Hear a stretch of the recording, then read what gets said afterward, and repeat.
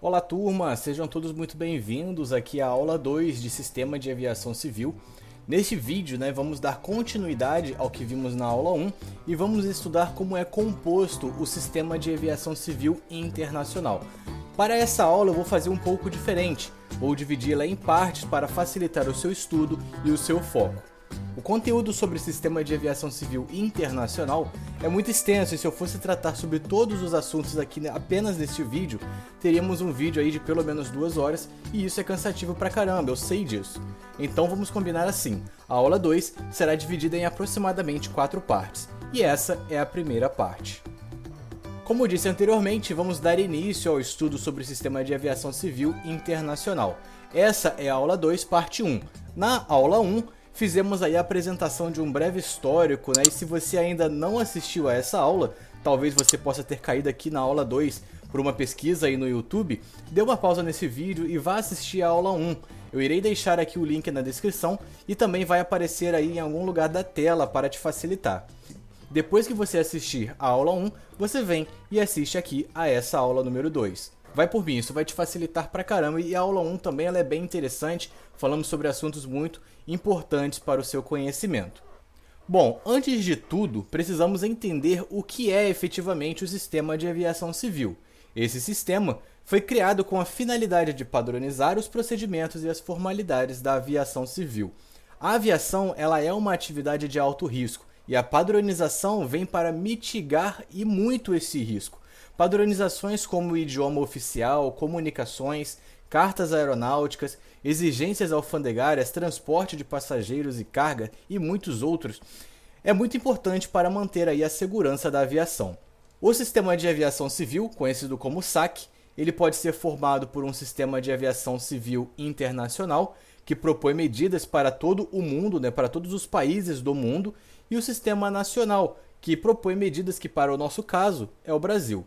O objetivo dessa aula, então, é entendermos um pouco como que funciona o SAC internacional. Bom, vamos falar nesta aula sobre alguns órgãos importantes do Sistema de Aviação Civil Internacional. E o primeiro órgão que eu quero trazer para vocês é a OASI. Já falamos um pouco sobre a OASI na aula anterior, mas agora vamos nos aprofundar um pouquinho mais, conhecendo aí as suas principais características. A OASI ela foi criada na Convenção de Chicago em 1944. Ela é uma agência especializada da ONU, substitui a SINA, conforme a gente viu na aula anterior, se você ainda não viu, vai lá conferir, e tem como objetivo principal desenvolver a aviação para fins pacíficos. Esse é o seu objetivo principal, porém ela possui também outros objetivos que merecem bastante atenção. Vamos falar então sobre os principais objetivos que a OASI tem. Primeiro, assegurar o progresso seguro e metódico da aviação em todo o mundo. A OASI, então, ela trabalha constantemente em prol do desenvolvimento da aviação civil mundial. Ela estimula o aperfeiçoamento da construção de aeronaves e o seu emprego para fins pacíficos, e isso aqui é muito importante. Vemos que a OASI ela trabalha para fins pacíficos, ou seja, ela não estimula o desenvolvimento da aviação para outros fins que não sejam os pacíficos. Portanto, a aviação militar não é estimulada pela OASI, e sim pela necessidade dos países em terem defesa aérea. Estimular o desenvolvimento de rotas aéreas, aeroportos e facilidades de navegação aérea destinados à aviação civil internacional. E isso aqui é completamente necessário, para que a aviação possa se desenvolver. É preciso o estudo de novas rotas, a construção e aperfeiçoamento de aeródromos e aeroportos e facilidades para a navegação nada mais são do que os sistemas de navegação, os suportes que os aeroportos possuem e muitas outras coisas que facilitam aí a navegação aérea. Isso também precisa ser desenvolvido. Não adianta nós desenvolvermos a aviação se as facilidades não forem desenvolvidas. A OASI também ela vai de encontro à necessidade de todos os povos, proporcionando-lhes um transporte aéreo seguro, regular, eficiente e econômico. O mundo atual ele necessita da aviação, isso aí é óbvio, é fato.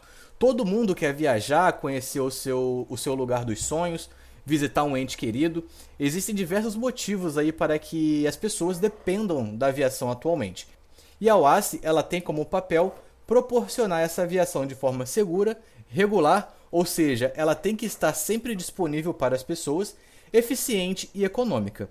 Não adianta nada você ter uma aviação se ela não estiver ao alcance das pessoas, não é mesmo? Outro objetivo da OASI é prevenir contra desperdícios causados pela competição irracional. A competição entre as empresas e os países, ela é importante para estimular o desenvolvimento, mas quando essa competição se torna irracional, ela começa a gerar prejuízos para a aviação. Então é aí que a OASI entra, ela age diretamente contra esse tipo de competição.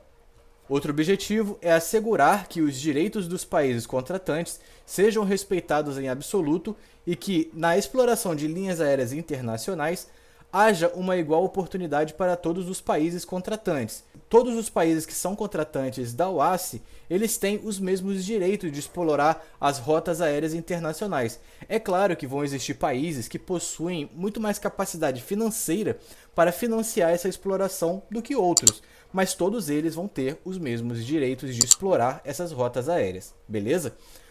Outro objetivo, quase chegando aí já ao final dos objetivos da OASI, é evitar qualquer discriminação entre os países contratantes, fazendo que o sistema de aviação civil seja uma realidade para todos os países que forem contratantes da OASI. Outro objetivo é promover a segurança de voo na navegação aérea internacional, e esse é um dos mais importantes objetivos da OASI. Tudo que se tem hoje, tudo que se tem atualmente, as regras, os regulamentos, as limitações dos aviões, os estudos, é em prol da segurança de voo.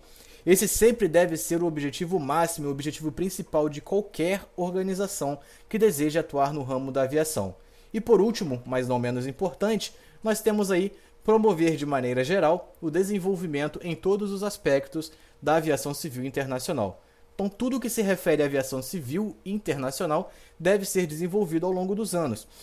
E se pararmos aí para pensar, né, e analisarmos um pouco da história da aviação, veremos que os objetivos da OASI eles estão sendo atingidos, mas o trabalho ele nunca pode parar, é um trabalho constante. Essa atividade é uma atividade constante. Para que a gente possa conseguir que todos esses objetivos sejam cumpridos ano após ano, é realizado aí um trabalho muito grande pela OASI. Para cumprir com todos esses objetivos, a OASI possui atualmente 19 normas que padronizam o exercício do transporte aéreo internacional, que hoje eles são chamados de anexos. Vamos falar sobre cada um deles na parte 2 dessa aula, senão esse vídeo vai ficar muito grande, você vai perder o seu foco, vai perder a sua atenção e você não vai mais querer assistir esse vídeo. Então a gente se vê no próximo vídeo. Até lá!